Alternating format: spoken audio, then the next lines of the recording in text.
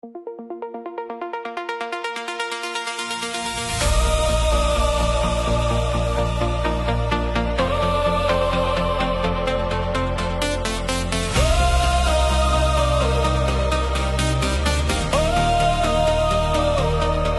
hoofstuk leer ons weer, ware wysheid begin by God.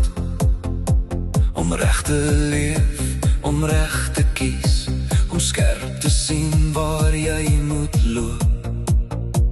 Die boek help my vandag om goeie besluite te neem, met onderskeiding in my hand. Ek wil nie blind meer leef nie. Die vrees van die Here is die begin van kennis. Dis eerbied, dis respek, dis waar my hart vaststaan. Die vrees van die Here,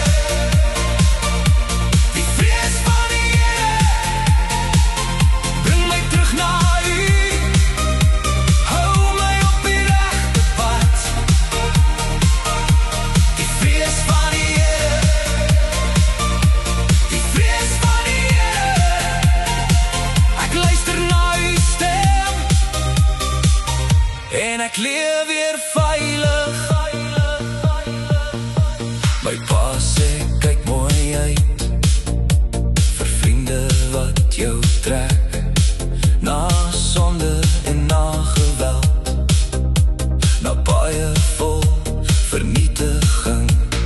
Wysheid roep so hard, maar baie draai al ore weg.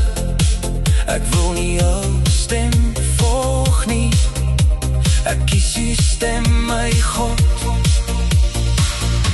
Die vrees van die Here is die begin van kennis.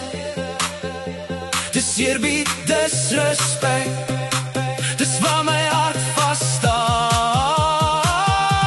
Die vrees van die Here,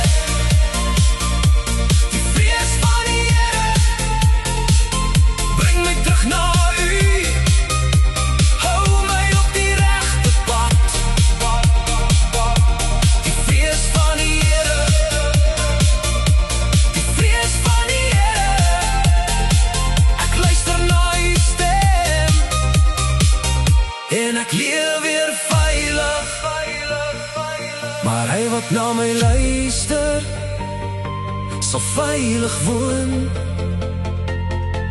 gerus wees sonder vrees, sonder vrees.